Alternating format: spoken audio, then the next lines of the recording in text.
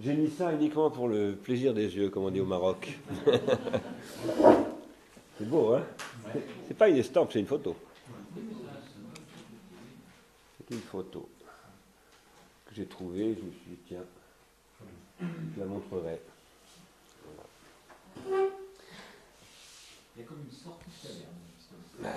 Oui. Moi, ça me fait penser à François Chang. Oui, ça fait penser à Chang, oui. Oui, Je peux dire quelque chose là-dessus? bien sûr. Parce que c'est ce que je vous disais tout à l'heure sur la naissance du monde. Je pense que cette image-là, c'est exactement la même chose que la naissance du monde. L'origine du monde. L'origine du monde, pardon. De Courbet. Dont on avait parlé l'autre fois. C'est-à-dire que c'est un travail sur la perspective et comment vous parliez du trouble que peut susciter, au-delà bien entendu du caractère érotique de l'origine du monde. Je crois que j'ai essayé de le voir en tant que peintre de l'origine du monde, et je pense que c'est la même chose que ça, c'est-à-dire un corps utilisé uniquement pour sa perspective. Et c'est peut-être je ne m'avancerai peut-être pas trop, je crois qu'il y a un précédent chez son nom m'échappe, mais peut-être Pantanato, où on voit encore en perspective, mais autrement il n'y a pas de précédent dans l'histoire. Et ce qui m'a interpellé, c'est que la perspective apparaît à la Renaissance à travers des annonciations, comme je le disais tout à l'heure, et je pense que l'origine du monde de Courbet est une annonciation, l'annonciation peut-être du cinéma justement, parce que c'est un plan de cinéma. Et jusque-là, en peinture, il n'y avait pas de plan de cinéma tel quel. Et ça m'interpelle beaucoup parce que c'est en même temps, il n'est pas besoin d'être gynécologue pour se rendre compte que la femme de l'origine du monde, elle est enceinte, ça se voit très bien dans l'abdomen, et c'est réellement, je pense, une annonciation du monde qui s'approche, et ça date de 1864, je crois. On est déjà dans les impressionnistes, et je pense que ça raconte déjà l'avènement du cinéma. Très intéressant. Donc, mais c'est mon propos, je l'ai trouvé nulle part. C'est en essayant de voir. Il y a différentes manières de montrer la perspective. Par exemple, le dégradé du sombre vers le clair, c'est une façon de montrer la perspective. Il y a un très fameux tableau de Picasso où on voit un compotier avec une pomme légèrement en arrière et plus claire qu'une autre légèrement en avant. Et cette manière de traiter le corps humain comme ça, avec presque un début et une fin, avec une profondeur de champ, comme vous disiez tout à l'heure, on est dans une profondeur de champ. Et je crois que le trouble que provoque, vous nous questionnez justement sur le trouble que vous provoquez ce tableau, il est, en tout cas pour un peintre, il est dans la technique de la perspective, qui est la porte ouverte du rêve et de l'humanisme de la Renaissance. Et je pense que Courbet était un mec, il ne faut pas le prendre au pied de la lettre. Quand il peint, par exemple, l'allégorie il peint toujours des allégories, vous savez, le peint dans son atelier où on voit un peintre en action, et puis on voit derrière Baudelaire qui est en train de réfléchir avec un livre sur les genoux. Évidemment que ce n'est pas un atelier de peintre, c'est une allégorie de la peinture, de ce que doit être la peinture, et du rêve collectif de la peinture, à l'usage des gens qui regardent, bien entendu. Et je me suis dit, c'est pas possible, Courbet n'a pas pu peindre, c'était une commande, je crois, à l'origine du monde, il n'a pas pu peindre une scène semi-pornographique uniquement pour le plaisir. Il a essayé d'utiliser ça en forme d'allégorie, et il savait bien que les peintres de la Renaissance avaient annoncé l'imprimerie, par exemple. Ça annonce déjà le livre écrit, l'imprimerie de Gutenberg. il l'avait annoncé à travers la personne. Voilà, c'était juste une petite aparté sur... Merci beaucoup. Il faudrait rebaptiser ça Annonciation du cinéma. Ouais. C'est très intéressant. C'est un point de vue très très intéressant. Peut-être que je reviendrai un peu sur la question de la perspective et du rêve, parce que Yves Hersant, qui est celui qui a fait le catalogue de Le rêve et la Renaissance, cette question du tableau de rêve où il ne peut pas y avoir de perspective. Voilà. Enfin, ça, je reviendrai peut-être là-dessus. Parce que la question du rêve, c'est le problème que pose Hersant. Je passe à autre chose, hein, par rapport à ce que vous disiez. C'est comment est-ce qu'on peut peindre le rêve? Puisqu'on peut peindre le réel, mais comment est-ce qu'on peut peindre le rêve et que ce soit le rêve qui est peint, et non pas. Et ça passe par cette question de la perspective. Et avec le cinéma, qui est onérique en soi, si je puis dire, ça se rejoue un peu autrement. Bon, j'y reviendrai peut-être dans 15 jours. Merci beaucoup, en tout cas. Très intéressant. Est-ce qu'il y a des questions Non. Je vais vous faire... Oui, pardon, allez-y, Je voulais juste revenir justement sur cette question des rétentions secondaires. Ouais. Où, au fond, quand vous en parliez, je vous disais ce que je vous ai dit en aparté. Je me disais, finalement, c'est le plus important. Mais est-ce qu'on peut faire une hiérarchie entre les rétentions? Mais c'est bête de la faire, d'ailleurs. Mais je la fais quand même. Et je me disais, finalement, sans rétention secondaire, rien ne se passe. Est-ce que c'est vrai, ce que je dis? Bien entendu. La grande question, vous avez dit, il ne faut pas faire une hiérarchie, mais je la fais quand même. C'est très juste, on ne peut pas faire de hiérarchie, mais il faut la faire quand même. Je veux dire par là qu'on ne peut pas faire une hiérarchie parce que sans rétention primaire et sans rétention tertiaire, il n'y a pas de rétention secondaire. Donc, qui dit rétention secondaire dit forcément rétention primaire et rétention tertiaire. Donc en effet, on ne peut pas faire des hiérarchies. Mais il faut en faire une quand même. Parce que les rétentions primaires, les rétentions tertiaires peuvent détruire les rétentions secondaires. C'est ça le problème du pharmacone. Et du coup, la priorité, c'est de protéger les rétentions secondaires. Mais pas en disant on va détertiariser les rétentions secondaires, c'est jamais... Non, en faisant qu'il y ait une politique des rétentions tertiaires qui soit mise au service du développement des rétentions secondaires, et pas le contraire. Et quand je parlais tout à l'heure de l'industrie du rêve, c'est clairement une industrie qui tend à éliminer quand même. C'est pas si simple que ça, cela dit, hein, parce que John Ford et Orson Welles, c'est l'industrie du rêve. Hein.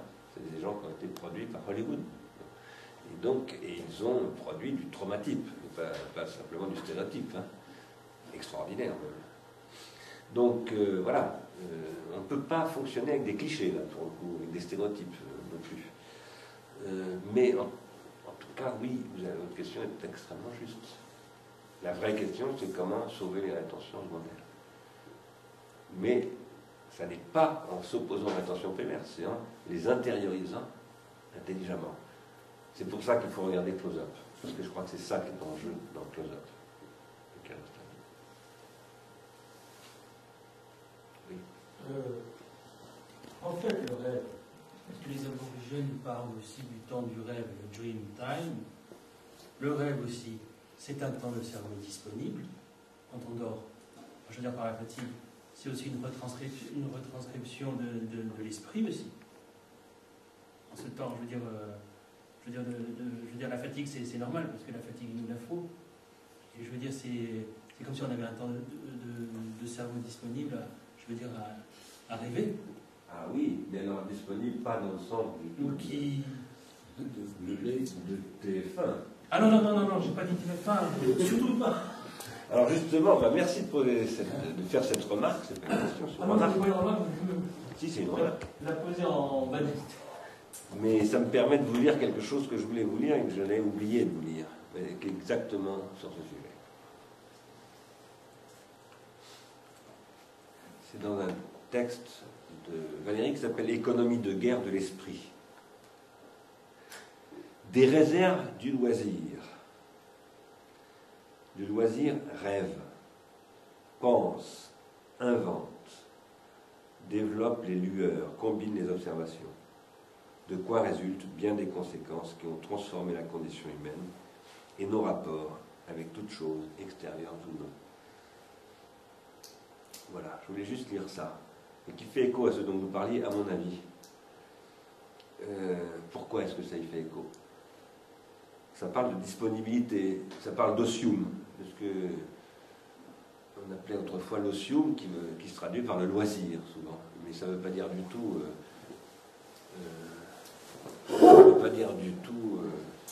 la distraction, ça veut dire la disponibilité. Et en effet, rêver, c'est être disponible. La part de rêve, comme on l'appelle parfois, c'est ce qu'il ne faut surtout pas ôter aux individus, mais c'est possible de leur ôter. Et on reparlera bientôt de non pas de filmer le rêve avec les neurosciences, mais de la lecture dans le cerveau du rêve. Parce que vous me disiez que ça vous avait surpris que je reprenne à mon compte je ne reprends pas simplement à mon compte, mais j'y reviendrai. Mais la question qui se pose à travers une conception très neurocentrique du rêve, à un moment donné, c'est de réduire le rêve à une combinatoire électrochimique de possibilités neuronales, quoi.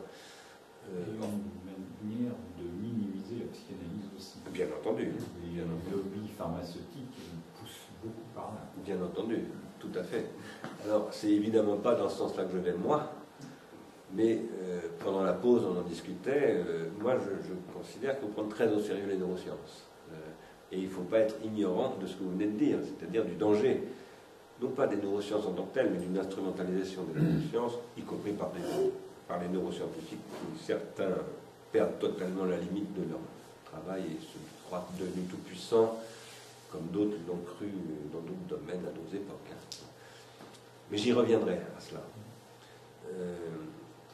Quoi qu'il en soit, oui, le rêve, c'est le moment de la liberté absolue. Et le rêve n'est pas seulement diurne, nocturne. Il y a aussi du rêve diurne, et ça c'est très très très important. Le grand rêve, c'est le rêve diurne, qui passe toujours par le rêve nocturne. C'est-à-dire que dans le rêve diurne, on dit, Freud dit, il y a des restes diurnes dans le rêve nocturne, mais il y a aussi des restes nocturnes dans le rêve diurne. Et il faut aussi analyser cet aspect. Ça c'est très très très important.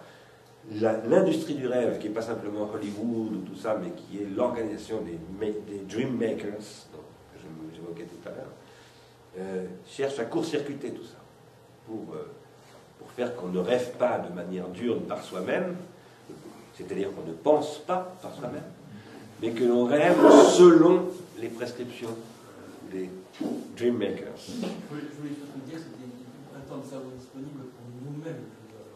Bien sûr. Se regarder soi-même. Bien sûr, je suis tout à fait d'accord. Et des fois, c'est ce qu'on a vécu la journée, les jours précédents, sont tout accumulés. Donc l'esprit retranscrit ce qu'il a vécu la journée. En fait, c'est une sorte d'inspiration inconsciente. Oui, tu as tout à fait raison. Et moi, je suis fasciné par l'expérience du rêve et par le génie du rêve. Parce qu'il se passe dans les rêves, ça m'est souvent arrivé d'être absolument incroyable. Faire des rêves pareils. Parce que ce sont des rêves qui valent des grands films. Parfois. Et ça, c'est incroyable. Le caractère inventif de l'inconscient est quelque chose d'extraordinaire.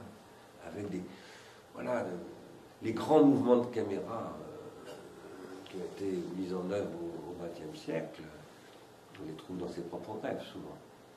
Maintenant, le rêve, par rapport à ce que vous disiez à l'instant, il doit se retrouver dans la vie diurne. Parce que sinon, c'est la souffrance. Ceux qui rêvent, qui ont des rêves dont ils ne retrouvent rien dans leur vie, parce que ces rêves ne se retraduisent pas à un moment donné d'une manière ou d'une autre, souffrent beaucoup. Et précisément, la psychanalyse, puisqu'on parlait de la psychanalyse, elle fait en sorte que le rêve devienne, une entrée dans la vie diurne, sous forme de rêve et même sous forme de J'oppose pas la réalité et le rêve, moi, mais disons. Et ce transindividu, c'est ça que je voulais dire. C'est-à-dire que ce ne soit pas seulement pour moi, mais qu'à un moment donné, ça soit partagé avec les autres. Voilà. Le rêve collectif. Pardon? Le rêve collectif.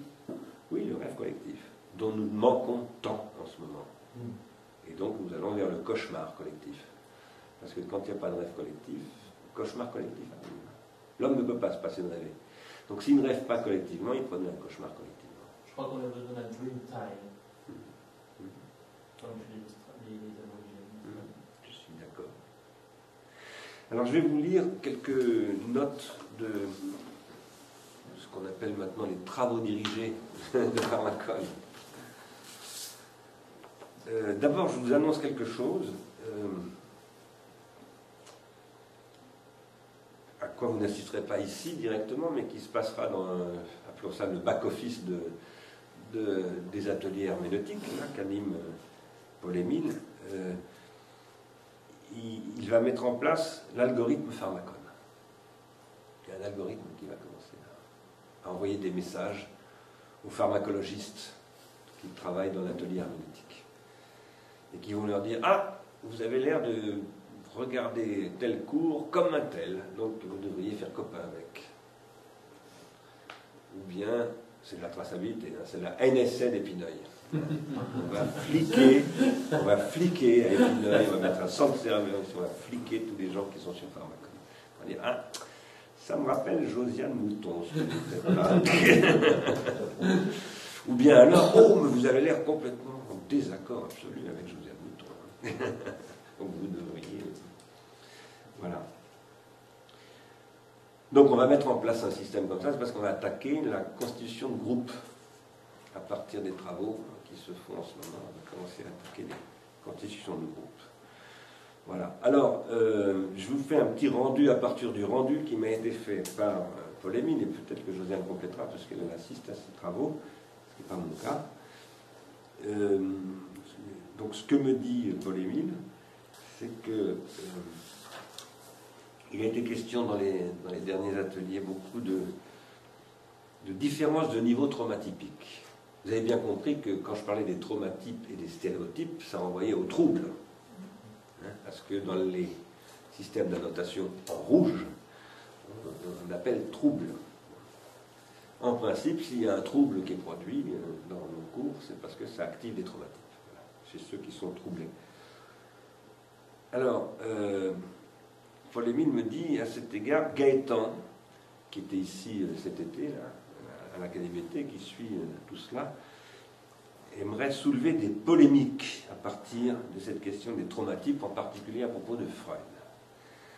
Et si nous l'avons retenu ce point avec Paul-Émile, c'est parce que les autres, beaucoup d'autres en tout cas, se sont dit ne pas être encore prêts à ouvrir des polémiques.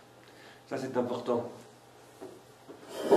Ce temps, le temps de l'interprétation et de l'après-coup, de l'épiméthéia, comme on l'a appelé. C'est un vrai sujet de cette façon de travailler que je propose dans ces ateliers. C'est-à-dire que pour pouvoir s'engager sur un certain nombre de choses qu'on pousse à faire à travers ces ateliers, il faut du temps. Et si ce n'est pas mûr, il ne faut surtout pas se forcer. Parce que si on se force, on va faire des choses artificielles, au mauvais sens du mot. Je défends l'artificiel, vous l'avez bien compris, mais en même temps, je ne le défends pas quand il est mauvais. Donc il faut faire très très attention à cela.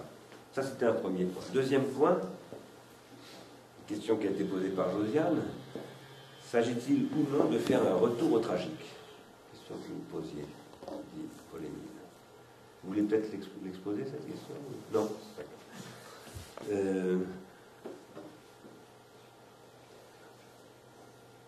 Tout le monde sent bien, dit Paul-Émile, à partir de votre question et de la discussion que ça a provoqué, que ça ne pourrait pas être le même tragique. Ça ne peut pas être le tragique des Grecs.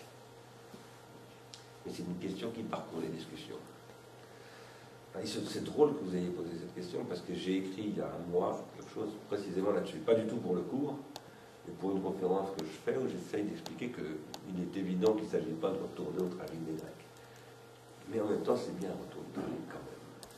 Bon, je ne vais pas développer ce point-là, parce qu'il y a beaucoup d'autres choses, on en reparlera plus tard. Alors, il y a des travaux aussi qui se sont faits dans un atelier des chercheurs, c'est-à-dire de ceux qui font partie du séminaire. Je ne vais pas en parler en détail, sauf quand même à dire, et puis après je reviendrai sur les discussions, puisqu'on y revient, dans le forum dit asynchrone, c'est-à-dire en ligne, enfin disons le forum écrit, il y a des discussions, parce qu'il y a 3 modalités de travail, hein. Il y a des modalités de travail, ce qu'on appelle le forum synchrone, c'est comme ça qu'ils l'appellent. C'est-à-dire les gens se voient sur Hangout, sur un système de visioconférence où Josiane participe. Il y a une modalité qui est uniquement séminaire, c'est-à-dire ceux qui suivent le séminaire, mais qui suivent aussi le cours, qui travaillent dans le cadre du séminaire. Et puis, il y a la modalité asynchrone. Et ça reprend là, ce qui a été dit, la première question, ce qui a été dit dans cet atelier. C'est la question que soulève Paolo Vignola, la question de la prise de risque. À savoir que Paolo dit le chercheur ne peut catégoriser le cours qu'après coup, c'est-à-dire pas directement. Et ça a à voir avec ce que vous disiez tout à l'heure quand on fumait une cigarette, quand vous fumez une cigarette. Vous me disiez, je me suis appesanté sur la rétention secondaire, mais ça me fait rater une partie de la discussion. C'est évident que si on veut catégoriser sur le champ, on ne peut pas suivre. En fait, on ne peut pas catégoriser sur le champ, du coup.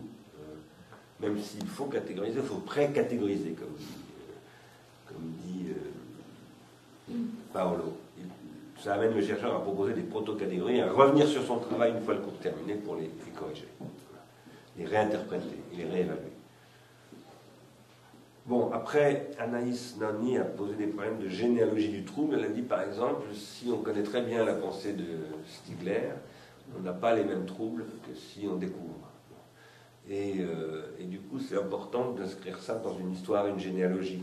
Et évidemment, ça c'est très important, ça a à voir avec l'histoire des rétentions secondaires collectives, etc. Et elle dit, et c'est évident qu'il faudrait mettre ça en rapport avec la prise de risque dont parlait Paolo. Il va y avoir un travail qui va être fait, parce que ça se fait aussi dans la perspective de l'Équateur.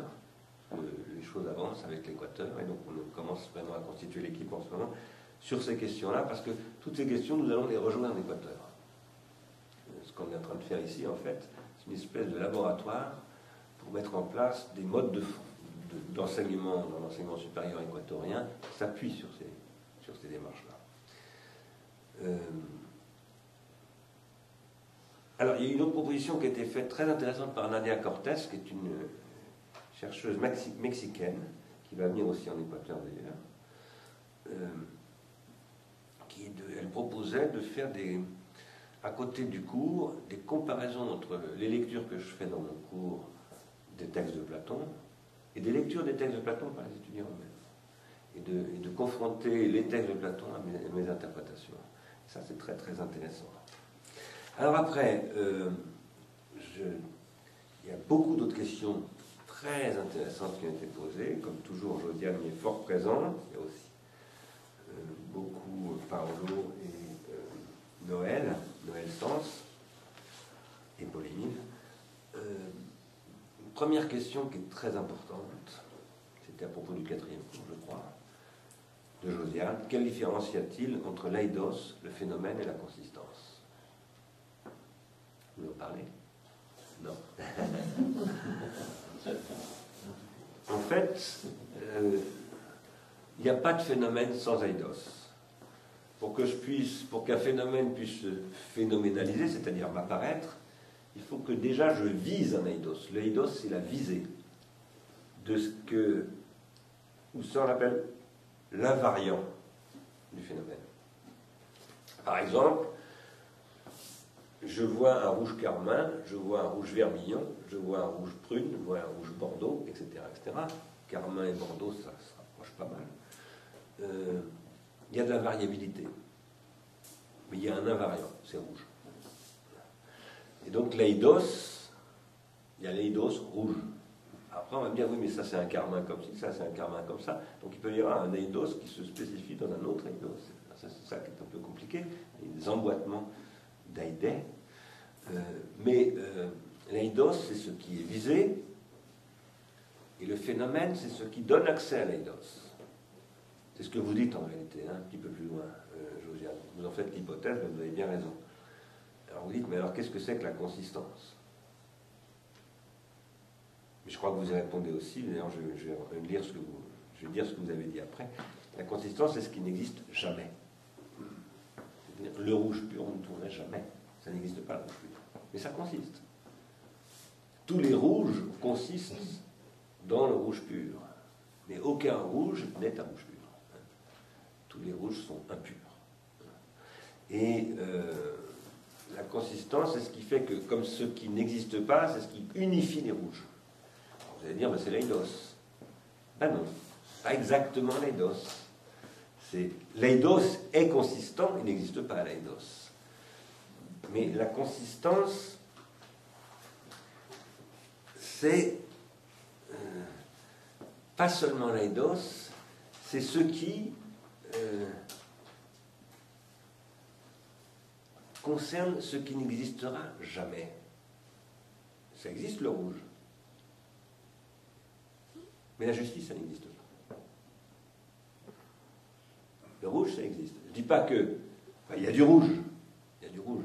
Hein. Il y a du rouge, vous pouvez dire, ah oui, il existe du rouge. Mais la justice, ça n'existe pas. Alors vous allez me dire, bah, si, ça existe. Ça existe au sens où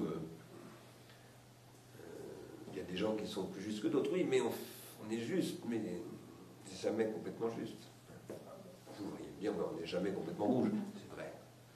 Alors, peut-être que cette distinction que je fais là est discutable.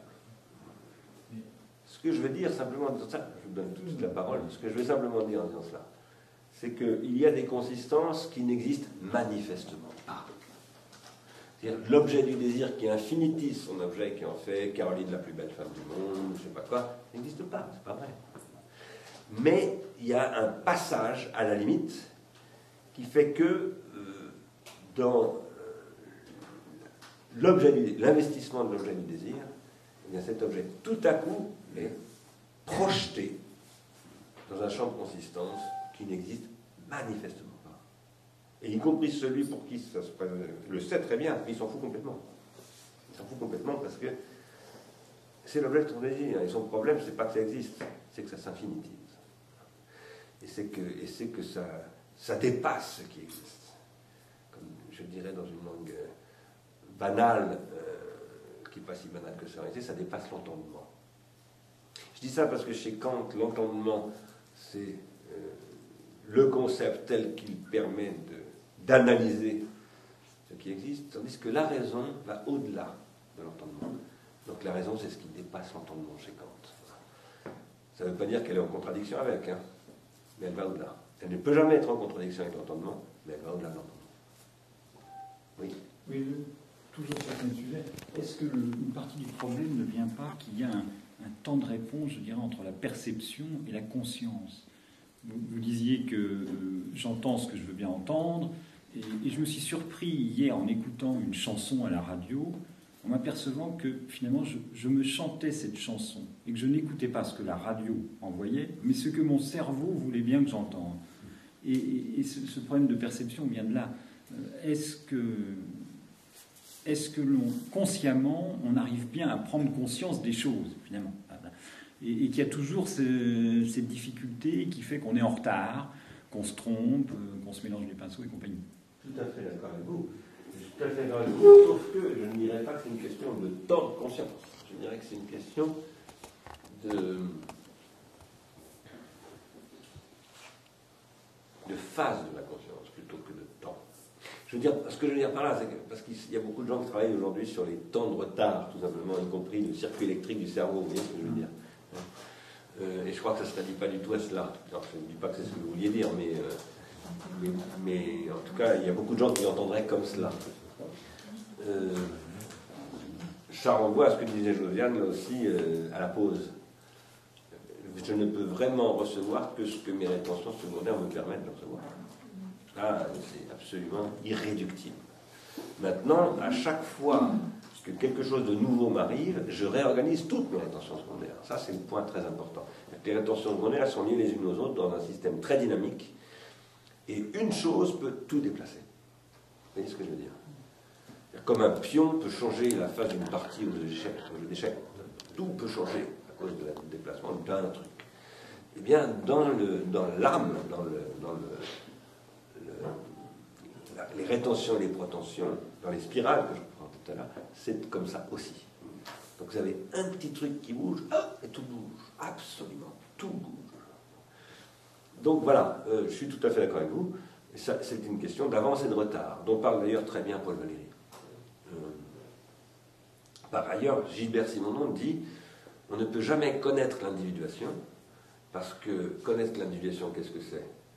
C'est se connaître soi-même, c'est connaître ce qui se passe en soi. Et à partir du moment où je connais l'individuation que je ne connaissais pas avant de le connaître, je ne suis plus le même. Donc celui que j'ai étudié n'est plus celui que je suis. Donc il faut que je recommence. Et il n'y a pas de fin, ça. C'est l'inachèvement. Voilà. Ce côté inachevé, c'était à la base du discours que j'ai tenu aujourd'hui dans le cours, puisque j'ai commencé en disant « nous sommes inachevés ». Et c'est pour ça que nous rêvons. C'est-à-dire que nous rêvons toujours la complétion.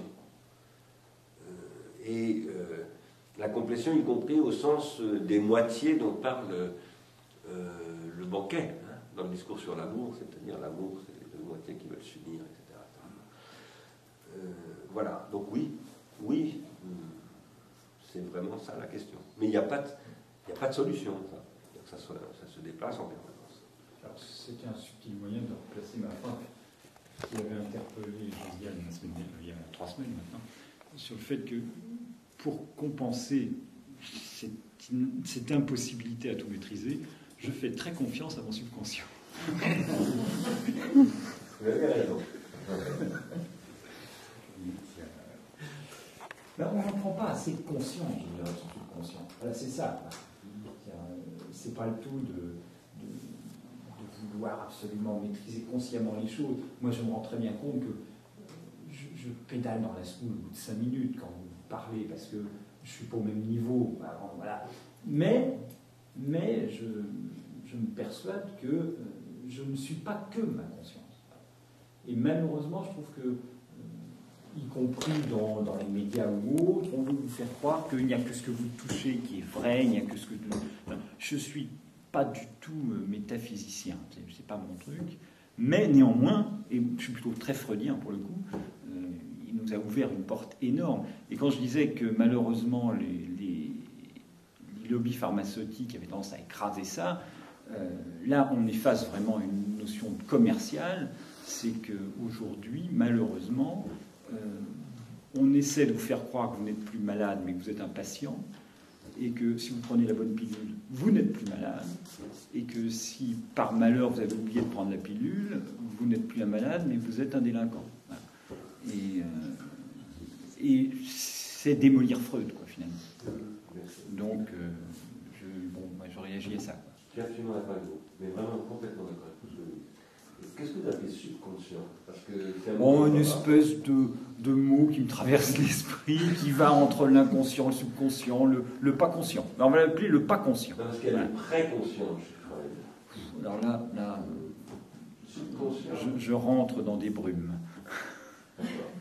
C'est un sujet très important, le rapport entre le conscient. Alors c'est un autre problème. Je n'ai pas tous les mots pour expliquer ce que je veux dire aussi. C'est terrible. Alors que quand on lit Freud, on sent que même la traduction est terrible, quoi, parce qu'on se dit, vous voyez, traumatique, ça cause pas, mais traum, c'est de l'allemand, c'est rêve. Voilà. Et c'est vrai qu'en allemand, ça devient beaucoup plus clair immédiatement.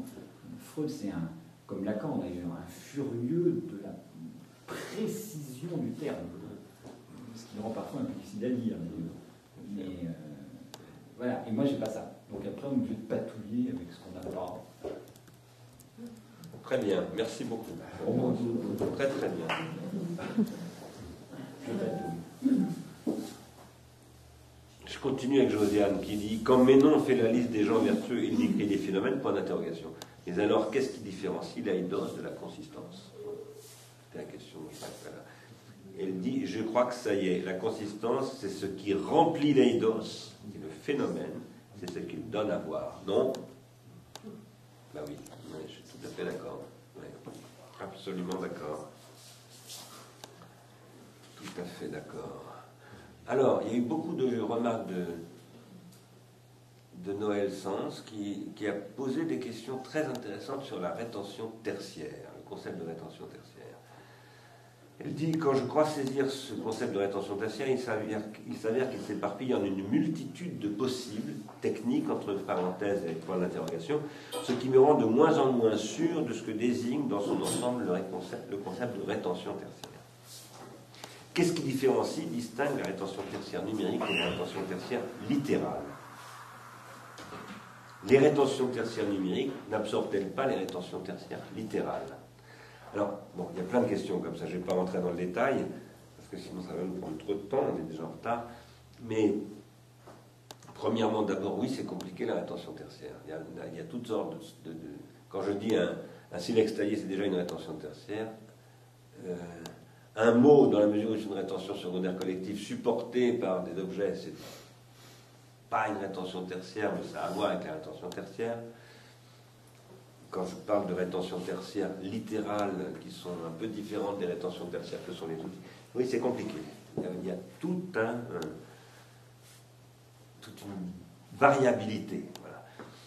Ce que je dirais simplement pour essayer de clarifier, c'est qu'il y a les rétentions tertiaires d'avant la grammatisation et celles d'après la grammatisation. Grammatisation dont je suis sûr qu'elle commence au moins au paléolithique supérieur, probablement avant, mais on ne le sait pas. Grammatisation, ça veut dire, donc, je répète, tertiarisation des contenus mentaux en tant que contenus mentaux. Et après, dans cette tertiarisation, il y a toute une histoire des stades de la grammatisation, numérique, idéographique, écrit idéographique, écrit littéral, analogique, numérique, etc. Tout ça désignant, enfin, le littéral, alphabétique, l'analogique et le numérique, des rétentions tertiaires orthothétiques, c'est-à-dire qui ont une capacité à reconstituer exactement ce qui s'est passé. Et là, Noël pose une question importante qui est le rapport du corps à la rétention tertiaire. À savoir, elle dit le geste d'écrire n'est pas le même geste que cliquer. Et elle se demande quel est le rapport entre la rétention tertiaire littérale, par exemple, et le corps, et la rétention tertiaire numérique et le corps. Elle dit que ça n'est pas le même type de rapport. Et elle demande qu'est-ce que la rétention tertiaire numérique impose à notre corps. Comment notre corps est-il impliqué dans cette rétention tertiaire numérique? Je ne vais pas développer de réponse à cela parce qu'on n'a plus le temps, mais ce que je dirais simplement, quand même, toute petite réponse, c'est que ça passe par la question des automatismes. C'est-à-dire que la rétention tertiaire numérique est capable de prendre en charge des automatismes qui, jusqu'alors, étaient à la charge du corps. Voilà. Et ça déplace, évidemment, toutes sortes d'autres automatismes, parce qu'on est bourré d'automatismes. Hein. Nos pulsions sont des automatismes, nos rétentions secondaires collectives sont des automatismes. En fait, le vivant, c'est l'automatisme. Hein. Une cellule automatiquement déroule son programme, etc., etc. Donc les automatismes, ce n'est pas seulement les automatismes technologiques, mais par contre les rétentions tertiaires, et en particulier les rétentions tertiaires orthothétiques, transforment les rapports entre les automatismes. Ça, c'est très important. L'industrie du rêve, c'est une machine, c'est une industrie à transformer nos automatismes. Bref, après, Noël dit « j'ai pas envie d'être appareillé par la rétention tertiaire numérique sous forme de puces RFID », c'est-à-dire qu'on m'implante les puces, ce que je comprends très bien. Mais appareiller chez moi, ça ne veut pas dire ça. Appareiller, ça veut dire d'abord intérioriser. Donc je pense que pour qu'il y ait une pharmacologie positive, par exemple, il faut qu'il y ait un processus d'intériorisation. Mais cette intériorisation peut être aussi négative, hein, c'est pas nécessairement positif. Alors ensuite, il y a eu toute une discussion extrêmement intéressante, mais je ne vais pas vous en parler, ça fait trop long, mais vraiment très intéressante, entre Paolo et Paul-Émile sur la question de la vertu et de ce que j'appelle la transcendantale, et L'. Mais je ne vais pas vous en parler parce que c'est plutôt des discours de séminaire, ça. La transcendantale, j'en ai jamais parlé dans le cours. Si j'en ai parlé? Alors avec une faute de français, c'est tout. Ah, transcendantale. Non, je ne crois pas en avoir parlé, moi. Je crois pas. Il me semble pas. Dans l'académie d'été, vous parlez. Dans le cours, il me semble pas. Enfin voilà. Donc, mais il y a eu toute une discussion autour de ça extrêmement intéressante. Mais je ne vais pas en parler ici, parce que ça serait trop éloigné du cours. Voilà. On va s'arrêter là. On se revoit dans 15 jours, c'est ça, Caro? Je reviendrai sur le cinéma. À peu près sur le même registre qu'aujourd'hui, mais en apesantissant sur Fellini et Godard, en particulier, un petit peu Close-Up, Kiarostami. Et on va vraiment rentrer dans la lecture de films, en fait, pour essayer de comprendre Platon. Pour essayer de lire Platon. Et on va aussi parler de l'histoire du cinéma, de Sadoul, j'en parlais tout à l'heure, du discours du matérialisme sur le cinéma. Vous verrez, c'est très très très intéressant. On passera par Jean-Louis Comolli, qui viendra cet été ici à l'Académie d'été. Jean-Louis Comolli, c'est un cinéaste, l'ancien directeur des Cahiers du cinéma, quelqu'un qui a beaucoup écrit, qui a écrit des livres très importants sur le cinéma. Et il viendra nous faire quelques présentations cet été sur le cinéma. On recevra peut-être aussi d'ailleurs Bernard Lubat, le musicien. Voilà. Parce qu'on est en train de faire des choses ensemble. Voilà, à bientôt. Merci. Merci.